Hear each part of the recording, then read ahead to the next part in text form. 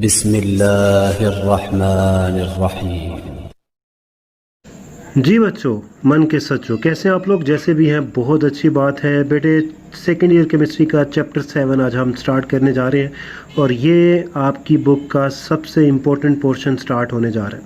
ठीक है, तो इस वजह से जो जो आप पढ़ते जाओ उसको 100% समझना भी है। ठीक है, चैप्टर 7 का जो स्टार्टिंग पोर्शन होगा बहुत सिंपल है। ठीक है, मैक्सिमम पॉइंट्स ऐसे होंगे जो कि आपने प्रीवियस क्लासेस में पढ़े हुए हैं, जस्ट वो रिवाइज होंगे। और जैसे जैसे हम चैप्टर के एंड की तरफ जाएंगे सिलसिला थोड़ा सा कम्प्लेक्स होता जाएगा, इतना ज़्यादा भी कम्प्लेक्स नहीं है।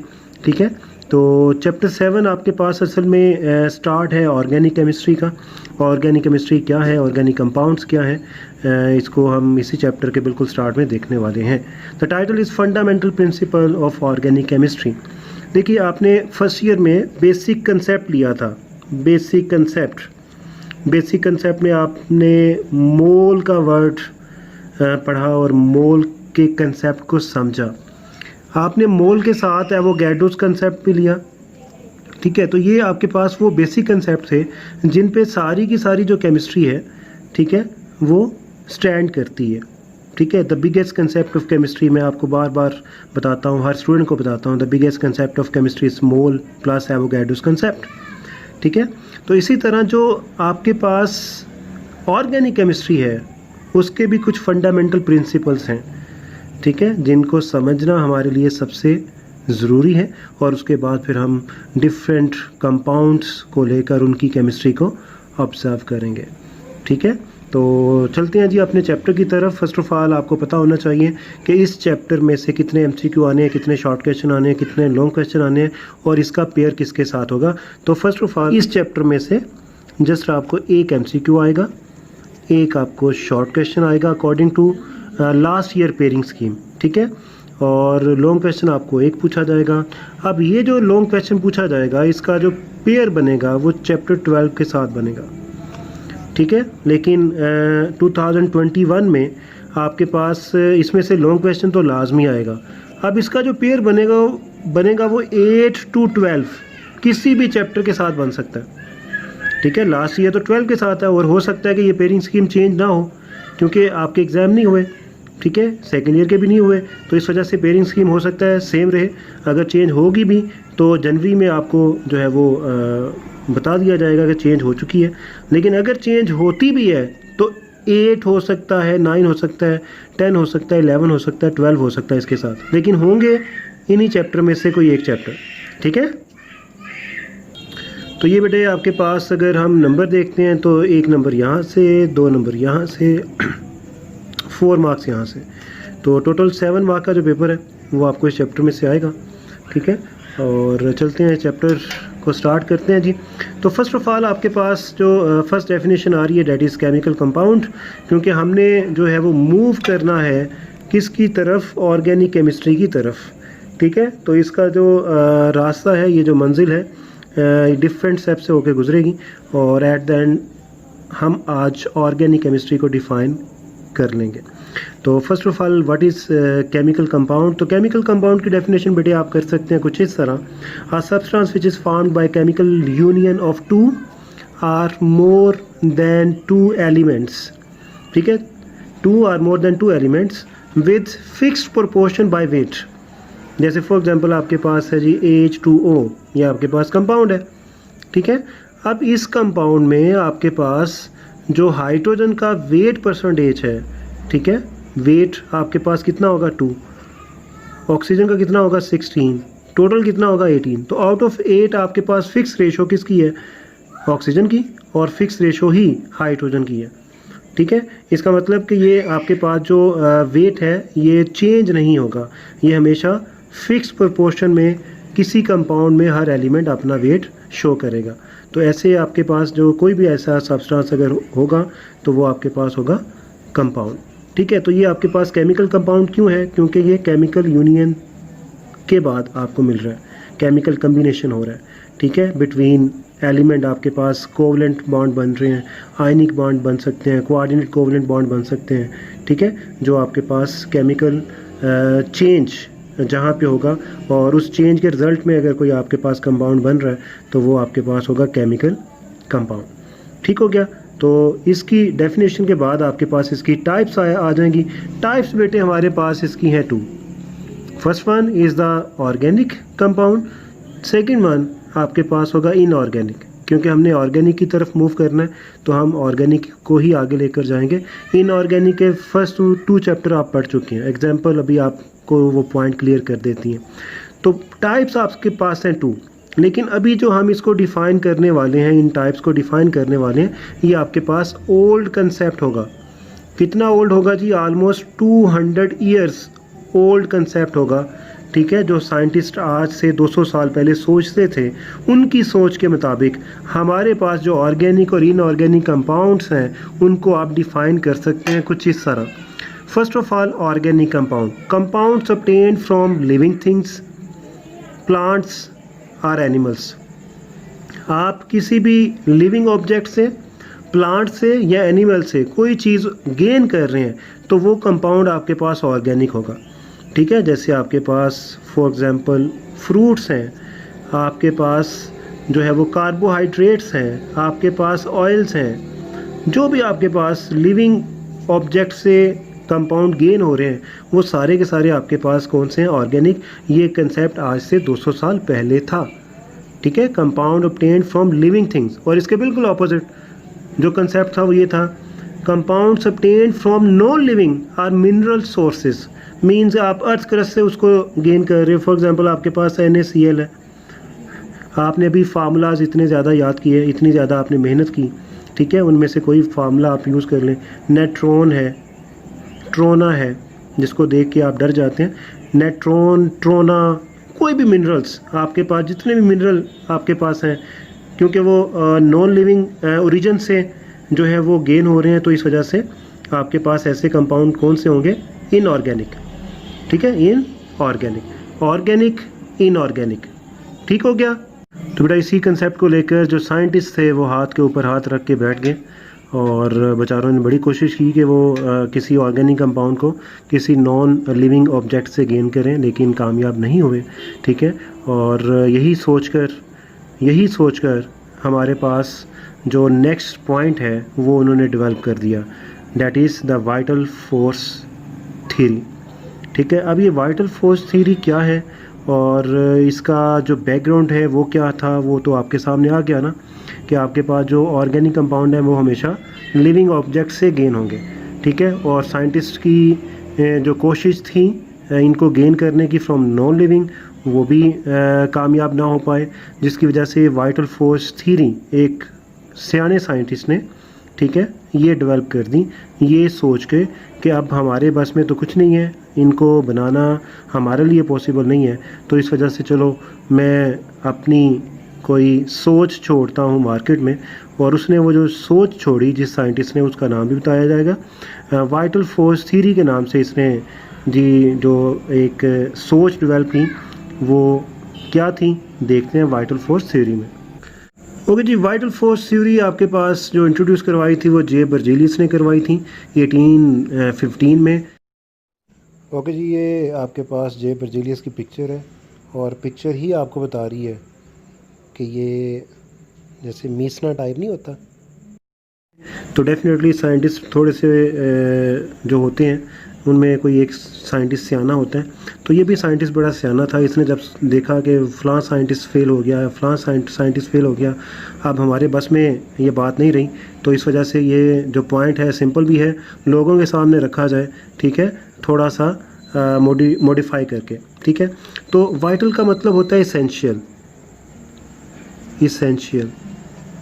फोर्स डेफिनेटली आपके पास अट्रैक्शन फोर्स होगी, जिसकी वजह से डिफरेंट एलिमेंट्स एक दूसरे के साथ स्टे करते हैं, वो चाहे कोवलेंट बॉन्ड है, वो चाहे आयनिक है, कोई भी अट्रैक्शन फोर्स हो सकती है। थ्योरी डेफिनेटली वो अपना एक ओपिनियन आपके सामने रख रहा है। ठीक है, तो इसेंशियल वाइटल का वर्ड उसने यूज़ इस वजह से किया क्योंकि वो ऑर्गेनिक कंपाउंड को जनरेट कह रहा हूँ सिंथेसाइज नहीं कर सके, तो उन्होंने सोचा कि ऑर्गेनिक कंपाउंड जो कि लिविंग ऑब्जेक्ट से गेन होते हैं उनमें एक special type of essential attraction force होती है, इसेंशियल अट्रैक्शन फोर्स, जिसको लेबॉर्ट्री में हम खुद से जनरेट नहीं कर सकते।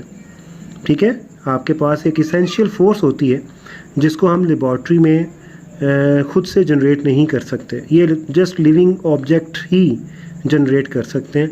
ठीक है, हमारे बस की बात नहीं है। तो इसी पॉइंट को अपने माइंड में रखते हुए इसने वाइटल फोर्स थ्योरी की जो स्टेटमेंट थी 1815 में आपके सामने रखी कुछ इस तरह। Organic compounds can be manufactured only by and with in the living things. इसका क्या मतलब है कि या तो लिविंग ऑब्जेक्ट से बनेंगे या फिर लिविंग थिंग्स के इनसाइड उनकी बॉडी में आप प्रिपेयर करवा सकते हैं, मीन्स के उनकी बॉडीज़ में बन सकते हैं। ठीक है, and these compounds can never be synthesized from inorganic materials.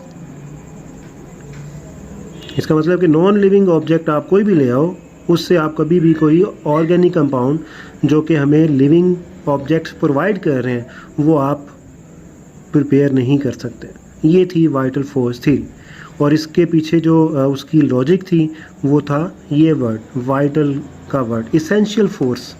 Essential force means के ऑर्गेनिक कंपाउंड में जो अट्रैक्शन फोर्सेस हैं वो कुछ स्पेशल टाइप की हैं, उनको जनरेट करना जो है वो पॉसिबल नहीं है विदाउट लिविंग ऑब्जेक्ट्स। ठीक है, लेबॉर्ट्री में वो पॉसिबल नहीं है। तो ये उसका एक कंसेप्ट था जो कि उसने लोगों के सामने रखा। ठीक है, बहुत क्लैपिंग भी हुई कि जी वाह आपने बहुत सियानी बात की कि ऐसा ही है, ऐसा ही है। ठीक है, ऐसा भी था भी ऐसा। ठीक है, तो लेकिन जब आपके पास टाइम गुजरता गया, साइंटिस्ट देखें, साइंटिस्ट जो होते हैं ना वो सुकून से नहीं बैठते। एक साइंटिस्ट ने ये बात कर दी, इसके 100 दुश्मन होंगे। जेलसी फैक्टर भी होता है ना कि उस साइंटिस्ट ने अपना नाम ऐड कर दिया हिस्ट्री में, जे बर्जीलियस, हर तरफ जे बर्जीलियस हो रही है, वाइटल फोर्स थ्योरी छा रही है हर साइड पे, वाइटल फोर्स थ्योरी जी, वाइटल फोर्स, बहुत बड़ी बात कर दी साइंटिस्ट ने, बहुत बड़ी बात कर दी। ठीक है, लेकिन डेफिनेटली टाइम एक जैसा नहीं रहता। ठीक है, इस स्टेटमेंट के आलमोस्ट 13 ईयर के बाद इन 1828 हमारा एक बब्बर शेर था वोलर, फ्रेडरिक वोलर। ठीक है, जर्मन साइंटिस्ट था ये फ्रेडरिक वोलर।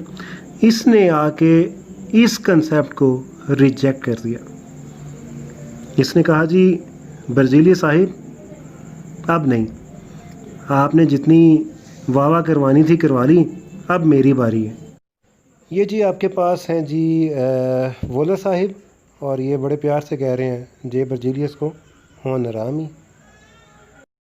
अब इस साइंटिस्ट ने किया क्या, इसने इस थ्योरी को रिजेक्ट कैसे किया?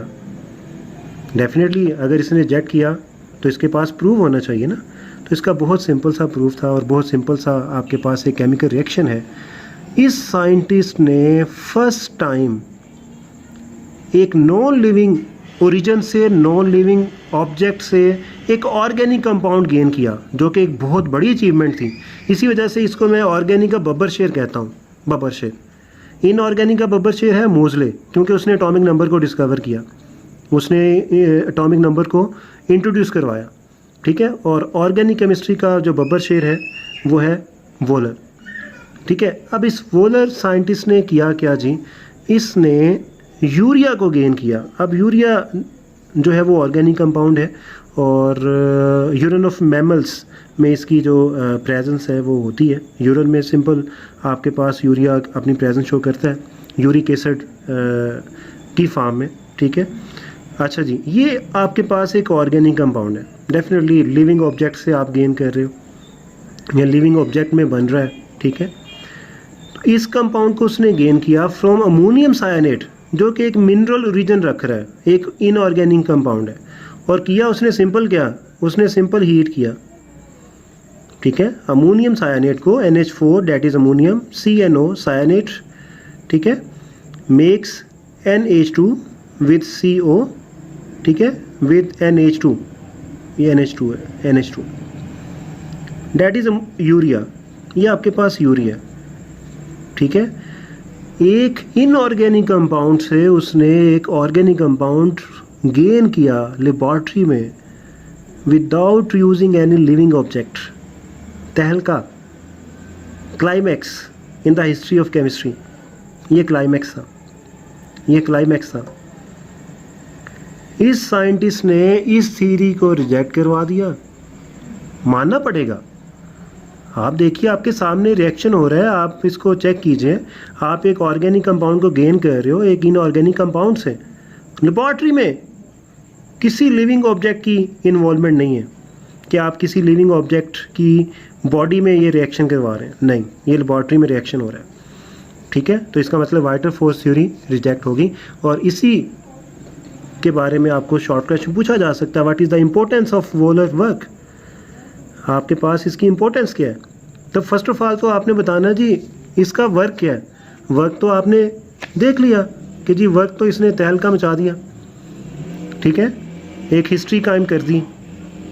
और आज के दौर में आप ये देखिए कि इस साइंटिस्ट की इस प्रेपरेशन के बाद, ठीक है, फर्स्ट ऑर्गेनिक कंपाउंड को प्रिपेयर करने के बाद अगर हम आज के दिन की बात करते हैं तो बेटे आपके पास 10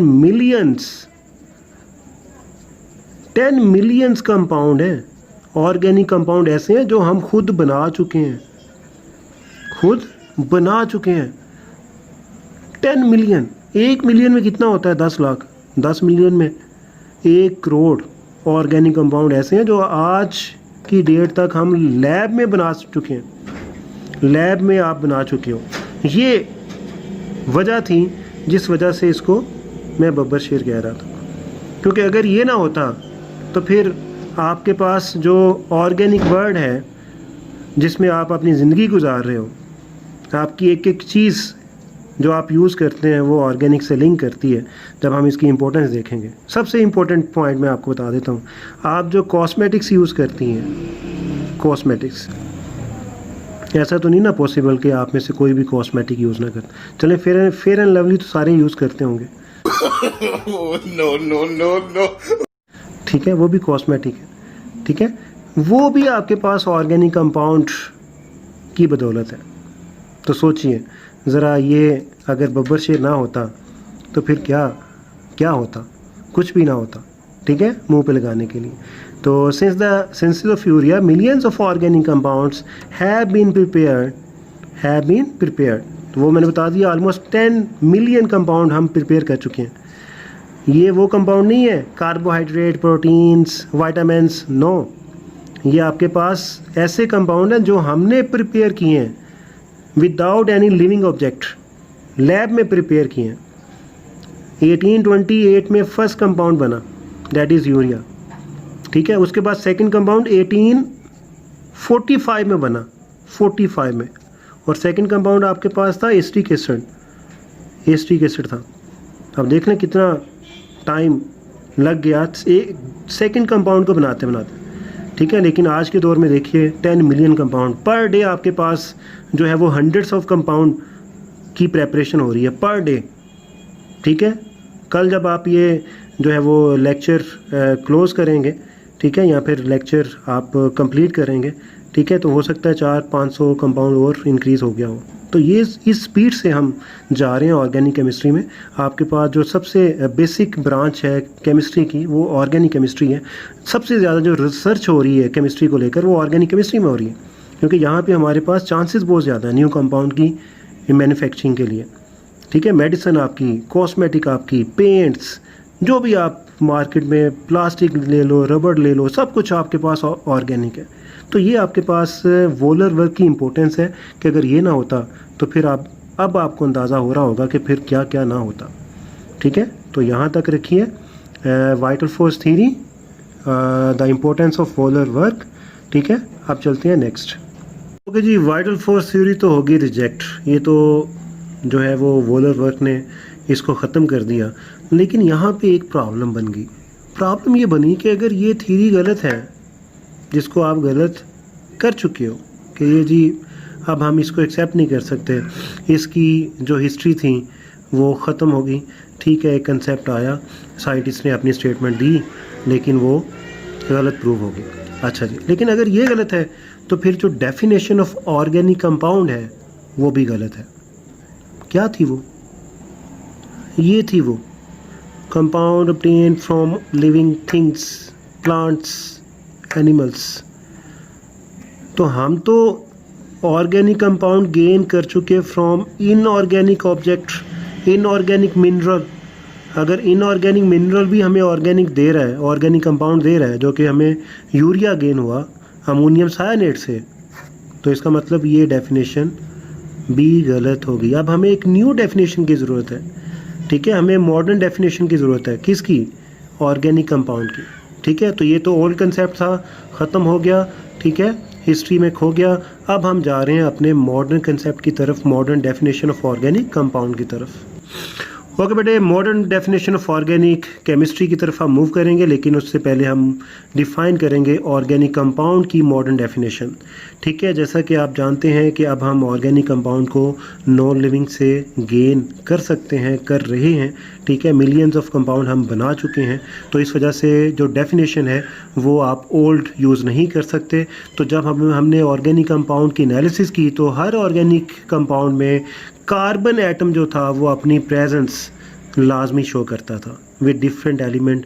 इसके साथ वाले जो एलिमेंट्स है वो चेंज होते जाते थे, लेकिन आपके पास जो कार्बन था वो एक इसेंशियल कंपोनेंट था हर ऑर्गेनिक कंपाउंड का। तो इस बेस को सामने रखते हुए आपके पास modern definition of organic compound कुछ इस तरह होगी: compounds which contain carbon as an essential element along with hydrogen, oxygen, nitrogen, sulphur, phosphorus और हैलोजेंस। हैलोजेंस को आप एक्स से रिप्रेजेंट करते हैं, और ये बात याद रखें, पूरी ऑर्गेनिक केमिस्ट्री में कहीं पे भी एक्स, कैपिटल एक्स लिखा जाए तो इसका मतलब क्या होता है? इसका मतलब होता है हैलोजेंस। हैलोजेंस में कौन कौन हो सकता है? फ्लोरीन, क्लोरीन, ब्रोमीन, आयोडीन, ठीक है। क्योंकि जो नेक्स्ट एलिमेंट है हैलोजन का, एस्टाटीन, वो रेडियो एक्टिव है, तो हम इन 4 के साथ ही डील करते हैं। तो इसका मतलब क्या होगा कि कार्बन ने डिफरेंट एलिमेंट्स के साथ कंपाउंड की फॉर्मेशन करनी है, ठीक है। कार्बन लाजमी होगा, ऐसे कंपाउंड को आप नाम दे रहे हो ऑर्गेनिक कंपाउंड्स, ठीक है। और इन्हीं ऑर्गेनिक कंपाउंड की जो स्टडी होगी, that will be the organic chemistry. Branch of chemistry which deals with the study of organic compounds is called organic chemistry. Organic compound क्या है वो कंसेप्ट आपके पास आ चुका, ठीक है। तो इसकी बेस पे आपने ऑर्गेनिक केमिस्ट्री को भी डिफाइन कर दिया, ठीक है। डेफिनेटली ये डेफिनेशन आपसे कोई भी नहीं पूछने वाला, ये आपके पास बेसिक कंसेप्ट्स हैं। अभी आप एक बेस बना रहे हो, ठीक है, असल टॉपिक की तरफ जाने के लिए। तो डेफिनेशन आपसे कोई भी नहीं पूछेगा। वोलर वर्क का एक शॉर्ट क्वेश्चन आपने कर लिया, वो आपसे पूछा जा सकता है। वाइटल फोर्स थ्योरी ये आपसे पूछी जा सकती है, डिफाइन वाइटल फोर्स थ्योरी, ठीक है, ओके। उसके बाद ही आपके पास एक असाइनमेंट है, नेक्स्ट वो आपने टेस्ट करना है, लेकिन ट्यूसडे तक आपने इन क्वेश्चन का जो आंसर है वो मुझे रिटन फॉर्म में पेज पे लिख के आप मुझे सेंड कर दें, और इनकी रीज़न आपने मुझे सेंड करनी है, ठीक है। अब जो असाइनमेंट है वो आपके लिए क्या है? आपको भी मैंने डेफिनेशन बताई ऑर्गेनिक कंपाउंड की। ऑर्गेनिक कंपाउंड में कार्बन एज इसेंशियल एलिमेंट होगा, लाजमी होगा, ठीक है, ओके। हमारे पास जो ऑक्साइड्स हैं, for example oxide of carbon, CO carbon है, CO2 कार्बन है। कार्बोनेट्स, फॉर एग्जांपल आप सोडियम कार्बोनेट की बात करते हैं, मैग्नीशियम कार्बोनेट की बात करते हैं, इनमें भी कार्बन है, ठीक है, carbonates. Bicarbonates, HCO3, magnesium bicarbonate, sodium bicarbonates, तो ये इसमें भी कार्बन है। डायमंड, हीरा, कार्बन ही कार्बन है। ग्रेफाइट, कार्बन ही कार्बन है। लेकिन हम इन पूरे कंपाउंड्स को, जितने भी ये कंपाउंड्स हैं, सारे कंपाउंड्स को हम स्टडी करते हैं अंडर इनऑर्गेनिक कंपाउंड। मींस कि इनको हम इनऑर्गेनिक कंपाउंड रिकमेंड करते हैं भी इनऑर्गेनिक कंपाउंड। ऐसा क्यों? एक तो आपकी ये असाइनमेंट है कि इस पर आपने सर्च करनी है, नेट से हेल्प लीजिए, फ्रेंड से डिस्कस कीजिए, और अपना जो आंसर है उसको पेज पे लिख कर मुझे पिक्चर की फॉर्म में सेंड कीजिए ट्यूसडे तक, ठीक है। ये ज़रूरी नहीं कि आप आज ही ये करो, इस लेक्चर के बाद आप अपने टेस्ट की तैयारी कीजिए, ठीक है। टेस्ट भी आपका डिफ़िकल्ट नहीं है, इजी सा छोटा सा टेस्ट है, ठीक है, उसको आप प्रिपेयर करें और उसके बाद फिर ट्यूसडे वाले दिन आप बिफोर लेक्चर मुझे ये सेंड कीजिए। ओके, सेकंड आपने जो असाइनमेंट कंप्लीट करनी है, टास्क कंप्लीट करना, वो ये है कि आपने मुझे कोई ऐसा कंपाउंड बताना है, एनी कंपाउंड, ऑर्गेनिक कंपाउंड, ठीक है, कंडीशन क्या है, ऑर्गेनिक कंपाउंड होना चाहिए जी,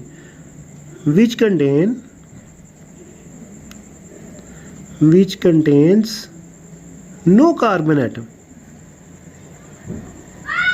नो कार्बन एटम।